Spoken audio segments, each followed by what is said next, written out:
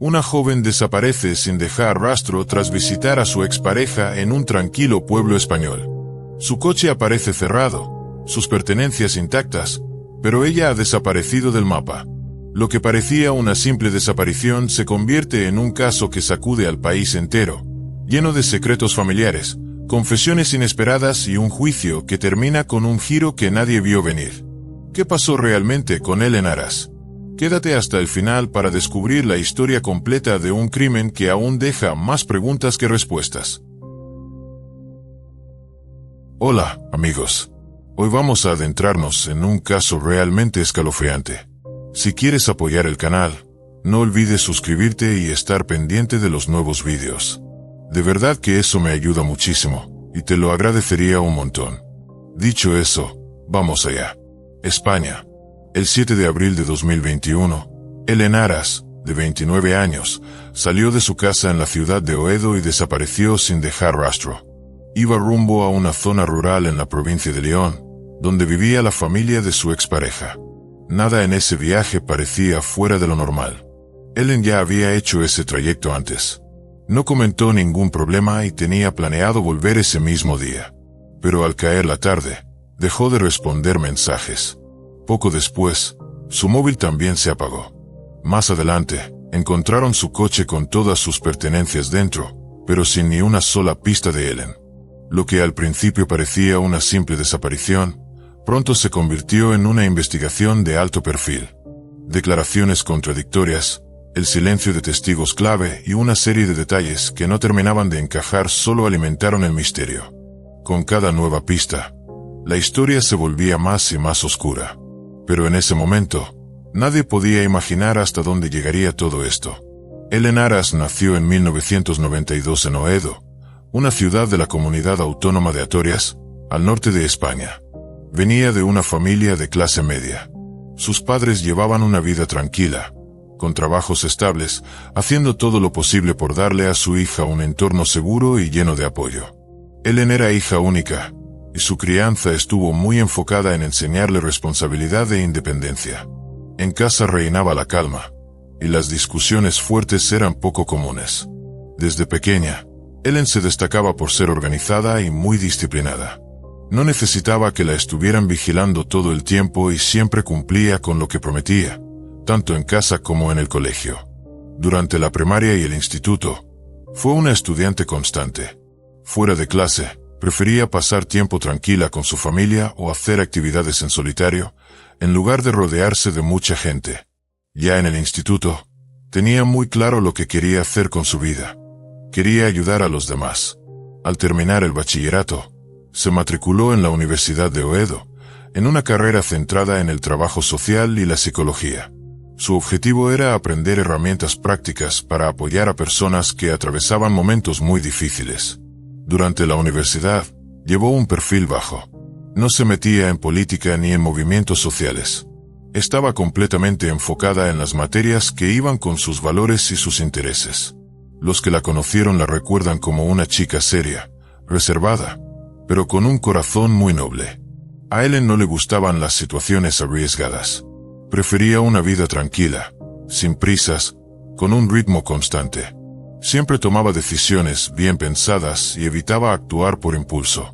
Aunque no solía mostrar muchas emociones por fuera, cuando hablaba lo hacía con sinceridad. Tenía un círculo pequeño de amistades cercanas en las que confiaba plenamente, y quienes la conocían sabían que podían contar con ella. Tanto en el colegio como en la universidad, se mantuvo alejada de grupos problemáticos o comportamientos conflictivos. José Ancal Bobadilla era algunos años mayor que Ellen. Para cuando se conocieron, él ya había terminado sus estudios y estaba trabajando.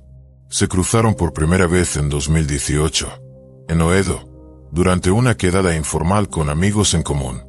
Desde entonces empezaron a mantener el contacto, y poco a poco su relación fue tomando forma. Iba a un ritmo tranquilo, sin conflictos visibles. Al principio, José se mostró como un tipo atento y respetuoso. Parecía interesado de verdad en la vida de Ellen, respetaba su espacio, era puntual y educado. Todo eso encajaba perfectamente con lo que Ellen valoraba en una relación, así que no tenía motivos para desconfiar. Unos meses después de empezar a salir, José presentó a Ellen con su familia. Él vivía en Prado de la Guspeñena, un pequeño pueblo rural en la provincia de León. Ellen conoció a la familia Bobadilla en 2019. Le presentaron a su madre, a su padre y a su hermana menor, Andrea. A simple vista, todo parecía normal. Los padres de José no mostraron rechazo hacia Ellen. La conversación fue formal, pero con respeto. Andrea, por ser más joven, se mostró curiosa y simpática con la nueva novia de su hermano. En esa primera visita, Ellen no notó nada raro. La familia le pareció educada, aunque algo reservada. Con el tiempo, la relación siguió avanzando. Ellen empezó a pasar más tiempo con la familia de José, y los viajes desde Oedo hasta Prado de la Guspeñena se volvieron parte de su rutina. José era atento y la apoyaba en temas cotidianos. No le exigía cosas fuera de lugar y hablaba con frecuencia de su futuro juntos, compartiendo sus planes a largo plazo. Sin embargo, el tema del trabajo de José no era tan estable. Sus ingresos eran irregulares y arrastraba una deuda de más de 13.000 euros. Ellen lo sabía, pero no lo veía como una señal de alerta. Para ella, era un asunto personal de José y no sentía que tuviera que meterse. Ellen también mantenía una relación amistosa con Andrea. La hermana de José era cercana, habladora y a menudo le contaba sus cosas con confianza. Poco a poco, Ellen fue integrándose más en la vida de los Bobadilla, participando en sus rutinas y costumbres. Pero para el año 2020, algo empezó a cambiar entre Ellen y José. Debajo de esa apariencia tranquila, empezaban a notarse las grietas. Las conversaciones entre Ellen y José se volvían tensas con más frecuencia.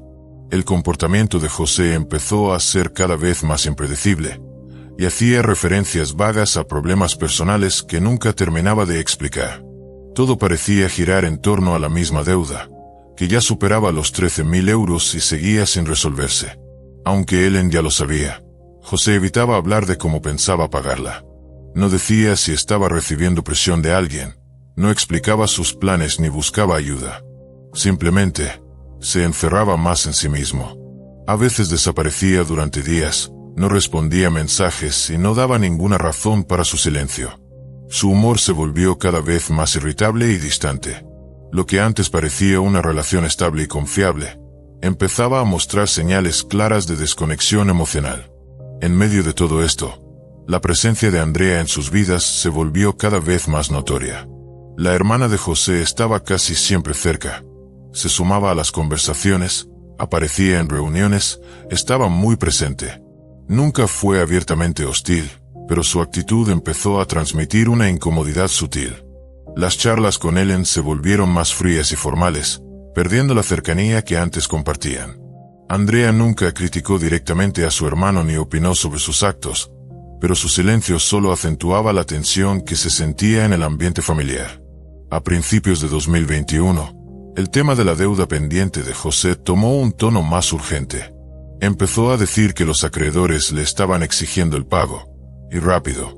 Nunca mencionó exactamente quién estaba detrás de esa presión, pero dejaba claro que era algo serio. Ellen no lo presionaba, pero se notaba que el estrés lo estaba sobrepasando. Se quejaba de no tener tiempo, cancelaba planes con excusas vagas, y sus mensajes eran cada vez más breves. Evitaba cualquier conversación sobre el futuro de la relación. La tensión aumentó aún más cuando José mencionó la idea de vender el coche que solían usar juntos, para pagar parte de la deuda. Técnicamente, el coche era suyo, ya que lo había comprado con ayuda de su familia. Ellen no se opuso, pero esa sugerencia dejaba ver que las cosas estaban empeorando rápidamente. José empezaba a buscar soluciones apresuradas. Sin embargo, mantenía a su familia al margen de todo lo relacionado con el dinero, y eso hizo que Ellen empezara a preguntarse si de verdad estaba intentando resolver el problema, o si simplemente no tenía ningún plan claro. En esta etapa, la comunicación entre Ellen y los padres de José se cortó por completo. Antes, aunque fuera de forma esporádica, hablaba con ellos durante sus visitas, pero eso dejó de ocurrir. Andrea se convirtió en su único punto de contacto con la familia, aunque incluso ese vínculo se volvió casi inexistente. Ellen se sentía cada vez más fuera de todo. La situación de la deuda era más urgente que nunca, pero la información era escasa. José se había distanciado, evitaba cualquier conversación y rechazaba cualquier intento de ayuda. No hubo discusiones fuertes entre ellos, pero su pasividad creciente fue la señal más clara de que la relación se estaba desmoronando. Ya para la primavera de 2021, todo entre ellos se había vuelto puramente formal. Apenas se veían y se comunicaban por mensajes sueltos de vez en cuando.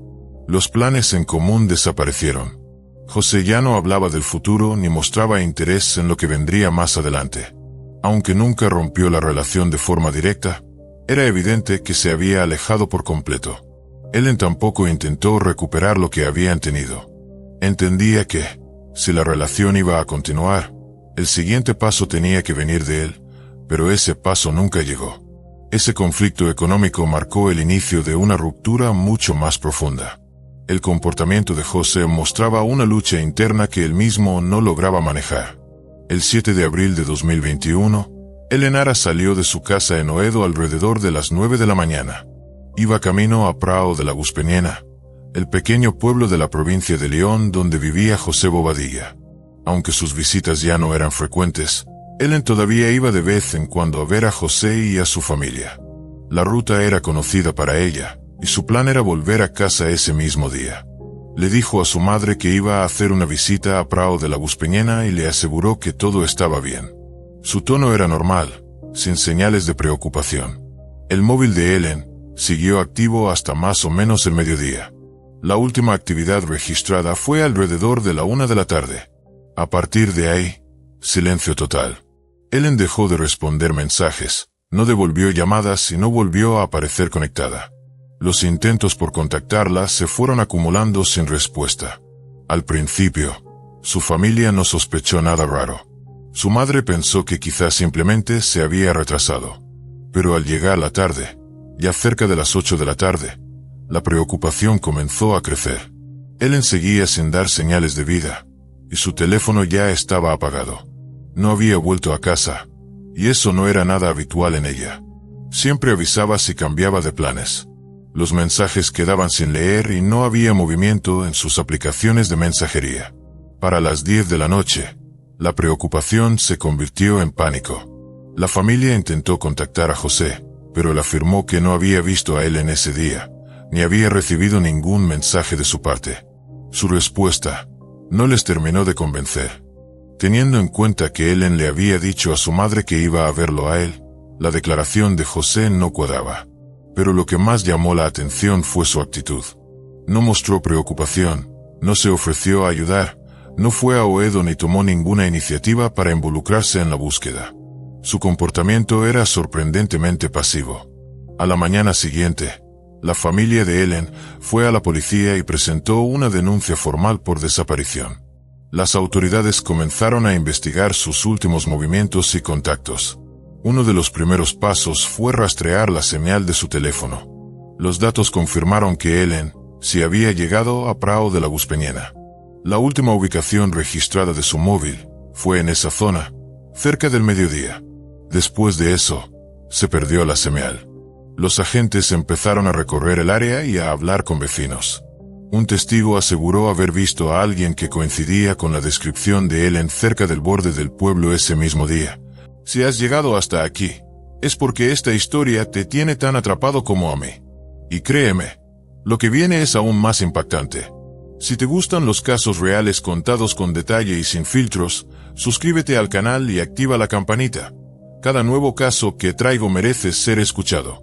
Y si este vídeo te está pareciendo interesante, déjame tu like, que eso ayuda muchísimo a que más personas descubran la historia de Ellen. Sigamos.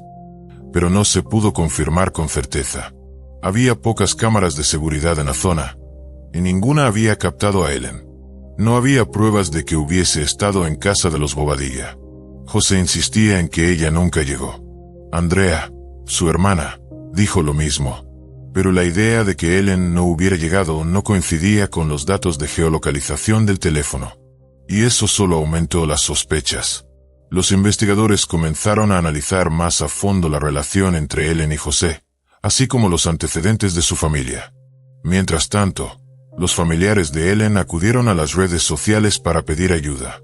Publicaron su foto, su descripción y el primer mensaje público sobre su desaparición empezó a circular. Durante las primeras 24 horas, la policía no encontró señales de una desaparición forzosa. El coche que Ellen había usado fue localizado cerca de una estación de tren, en un pueblo cercano. Estaba cerrado con llave, sin daños visibles, y todas sus pertenencias estaban dentro, incluida su bolsa y su documento de identidad.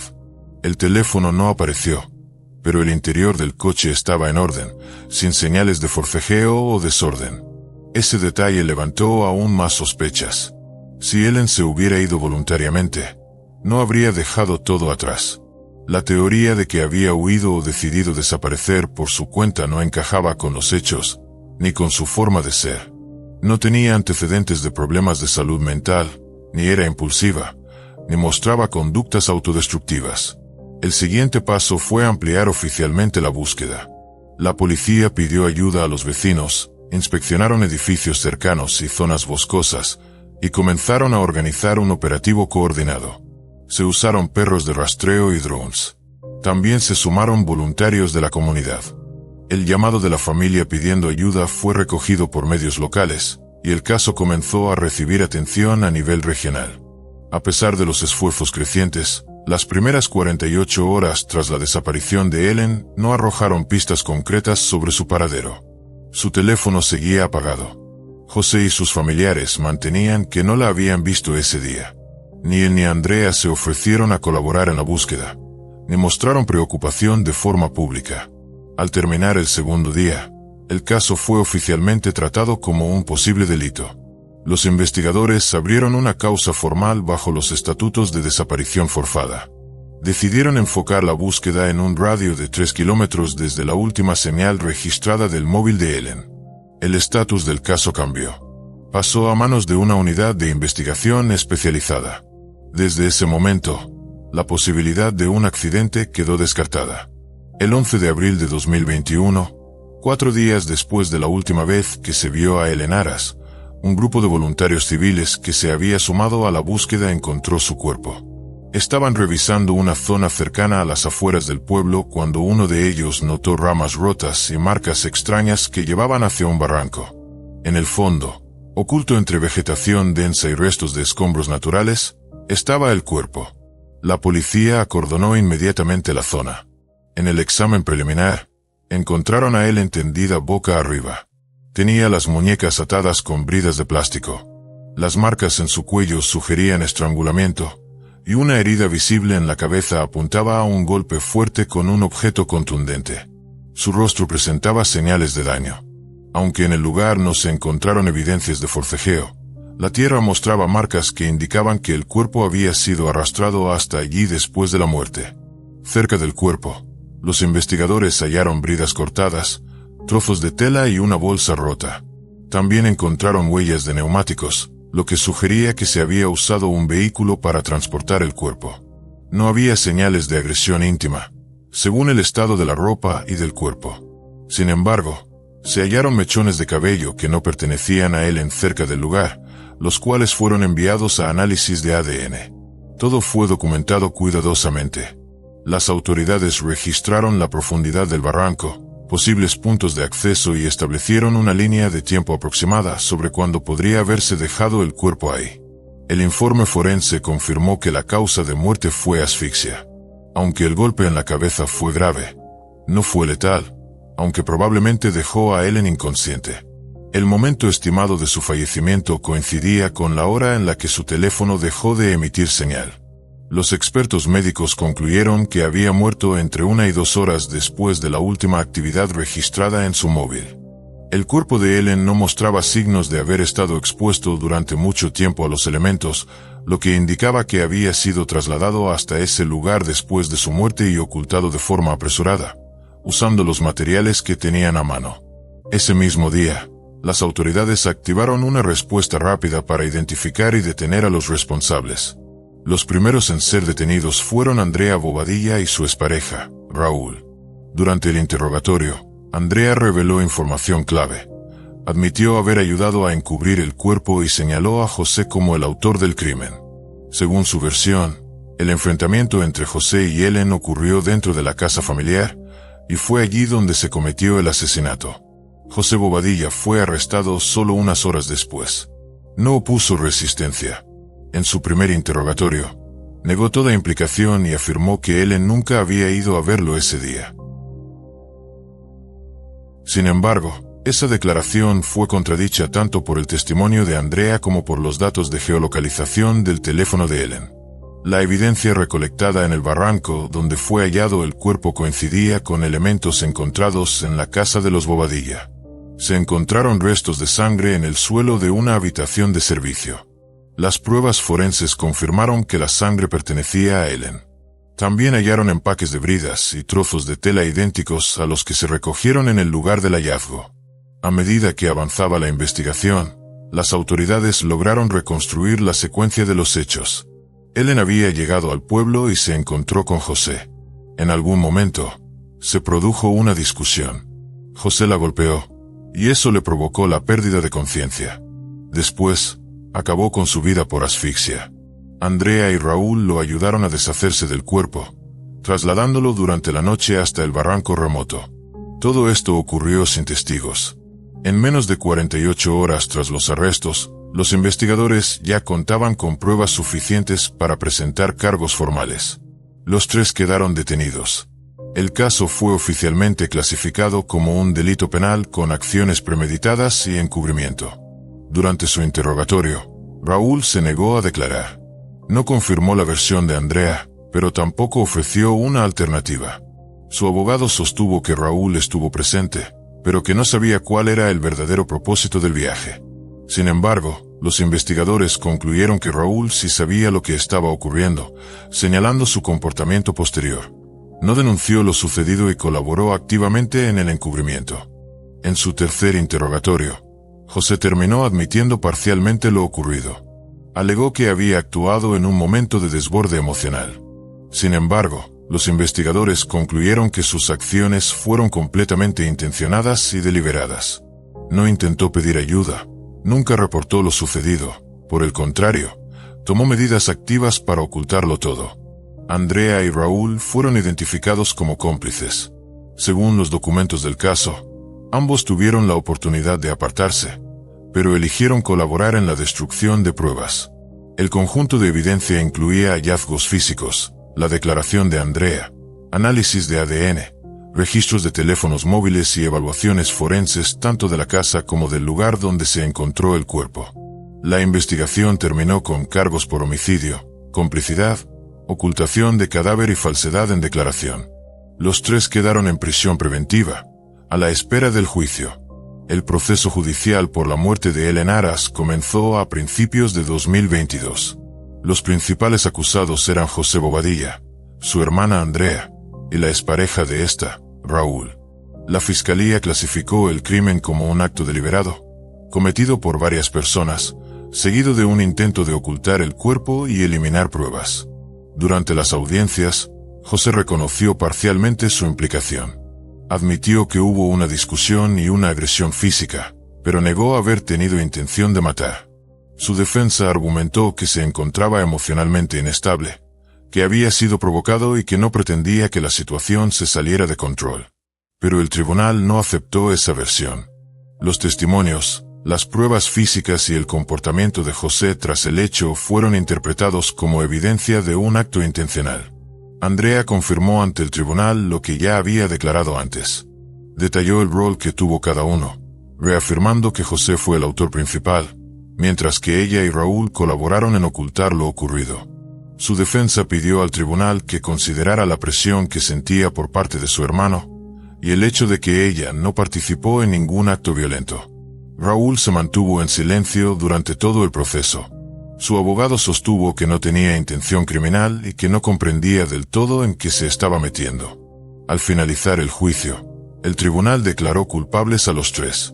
José Bobadilla fue condenado a 25 años de prisión. Andrea recibió una pena de 8 años por encubrimiento y complicidad. Raúl fue sentenciado a 6 años por colaborar en el delito.